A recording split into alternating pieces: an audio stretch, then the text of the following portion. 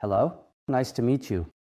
Last time I shared my child's experiences during the kindergarten years, and I talked about what we might do if we are currently raising a child with developmental disabilities who is around 3 to 5 years old, sharing my experiences and thoughts on the matter.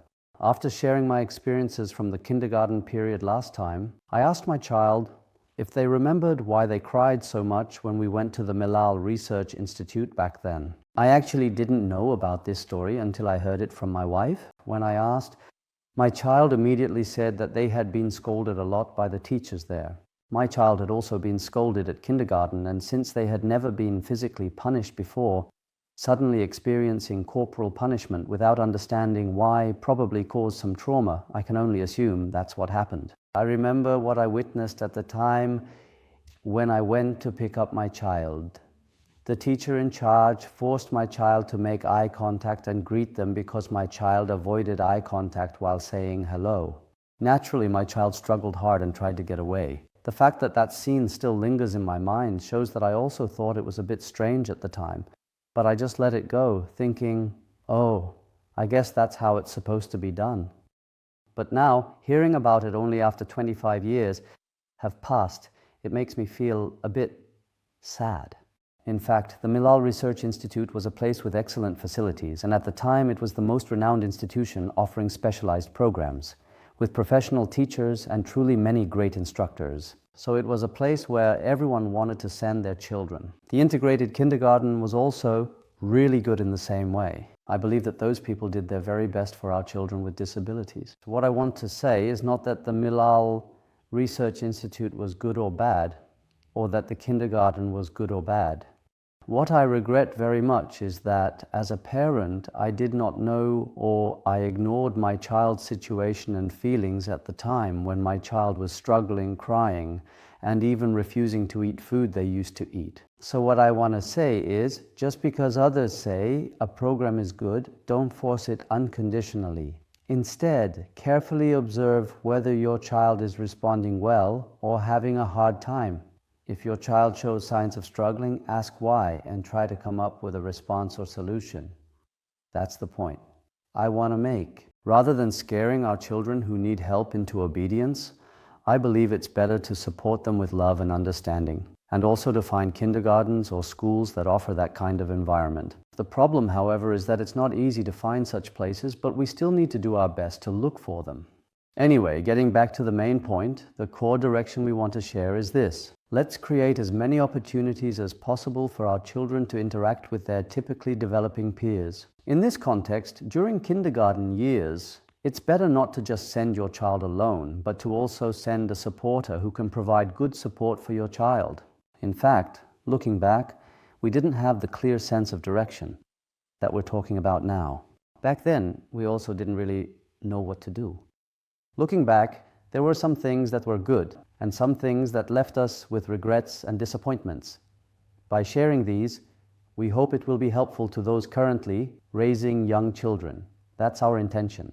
Now, from here on, I'll share my experiences from the elementary school years. Even during the elementary school period, our basic approach to raising our child remained the same. Some parents might ask, what's the point of having our children be with typical kids if it just puts them in situations where they might be ostracized or unable to fit in? Nevertheless, the reason I say this is because I believe that exposing our children to various environments where they are with their peers and receive stimulation may help their social development. However, as I mentioned last time, I am not saying that this approach is necessarily the right one, and since every family's situation is different, I believe it is something parents should decide based on their own circumstances. Now, let me tell you what criteria we used to choose an elementary school. I briefly mentioned this in the first episode of the BoTV video. After my child was diagnosed with autism in 1998,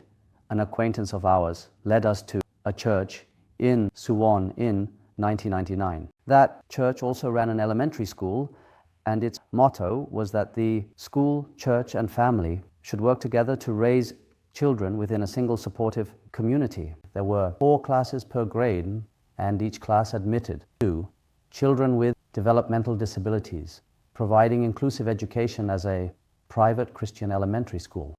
In Korea, when it comes to choosing an elementary school, there are options such as public schools, private schools, and special schools.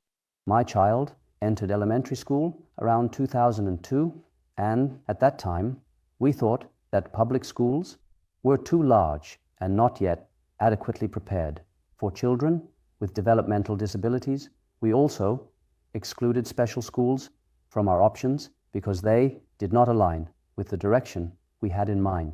So naturally, we thought that the private Christian elementary school run by the church we attended would be suitable for our child, and that's where our child was enrolled.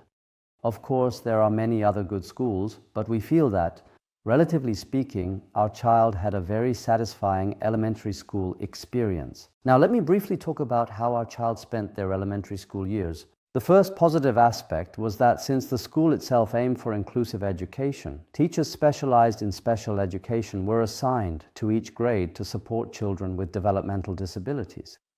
And the regular teachers also had a very high level of understanding regarding children with developmental disabilities. In particular, I would like to take this opportunity to express my gratitude to the teacher in charge of the school broadcasting club, who gave our child the chance to participate in the broadcasting club. At that elementary school, the broadcasting club had a weekly program to share school news, and when my child was in 5th grade, the teacher gave them the opportunity to briefly share a prayer request at the end of the broadcast.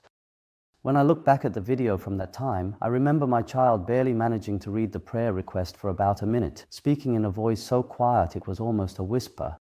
But a year later, when my child became a 6th grader, to my surprise, the broadcasting club teacher gave my child the role of anchor. We were really surprised at the time. But it turned out that our child displayed broadcasting talent we never knew they had. Through this experience, I believe my child gained confidence over the next 2 years and was able to get along better with other students at school. The reason I am sharing this experience is because I believe that if we give our friends with developmental disabilities various opportunities, they too can gain confidence, build self-esteem, and it will also help with their social development. The problem is that it's difficult to get these kinds of opportunities.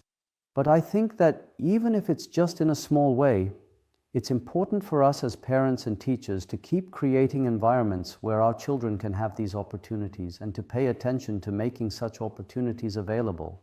The second positive point was that the students and parents were relatively open-minded in their attitudes toward accepting people with developmental disabilities.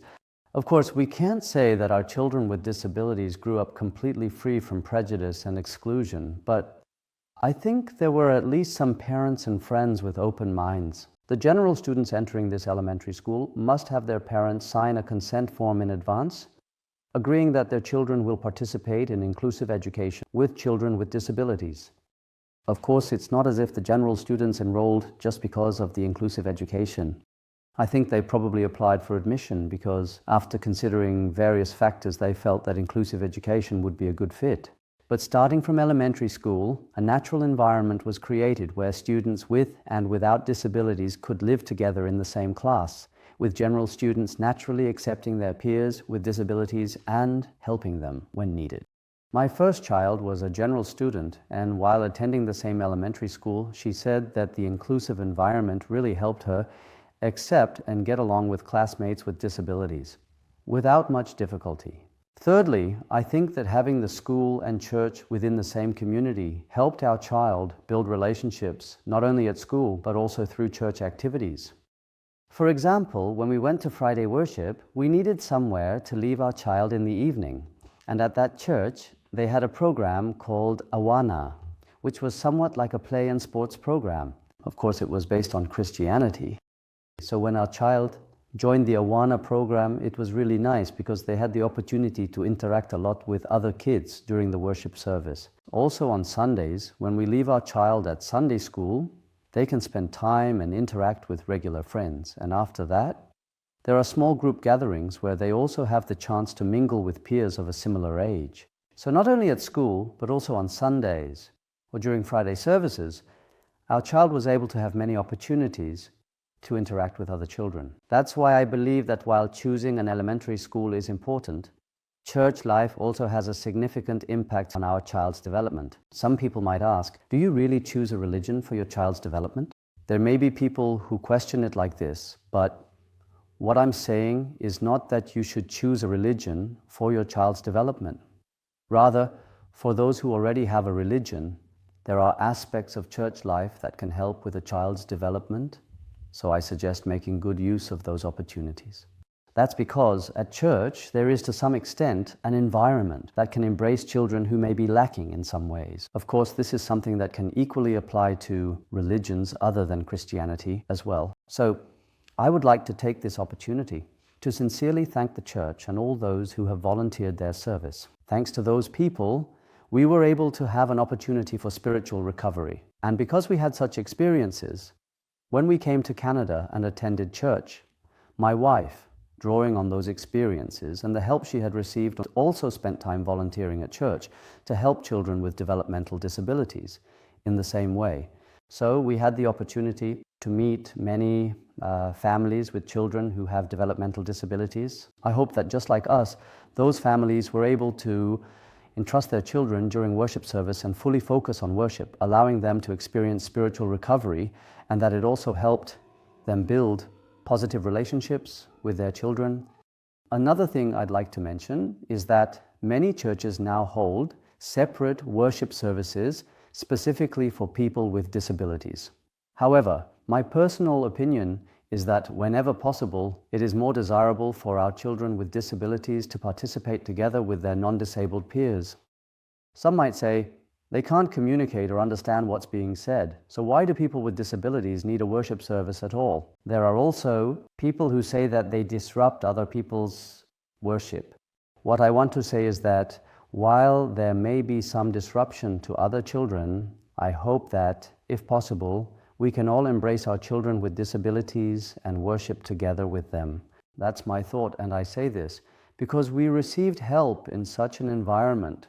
Lastly, if I were to mention something I found lacking during elementary school, it would be that there were no friends to spend time with after school. There were groups I could join, but what I mean is that the kind of friendships we usually talk about just didn't form. I always wished there were programs, even just once or twice a week, where I could spend time with peers. What I'm talking about isn't just meeting friends randomly through some program, but rather forming lasting friendships that can continue over time. In fact, this issue isn't limited to elementary school years. It's a problem that continues into middle school, high school, and even adulthood. Because of this sense of regret, we at Here Now have planned and are running a program called Making Friends. Since it's not easy to create environments where they can mingle with non-disabled peers, we thought that if children with similar disabilities could at least form friendships with each other and regularly engage in various activities together from a young age, they might develop a sense of what friendship means and a feeling of belonging. And furthermore, this can also be extended to adulthood or even during middle and high school years. We created a program based on the concept of group networking, where children with disabilities can continuously build friendships with one another. Later on, we will have a separate session to explain in detail about the Making Friends program we are currently running, as well as the concept of group networking. So today I talked about the elementary school years. Next time I will talk about the middle and high school years, and in particular, since that was when we immigrated to Vancouver, Canada, it will be an opportunity to share our experiences in Canada. Then I'll see you next time. Thank you.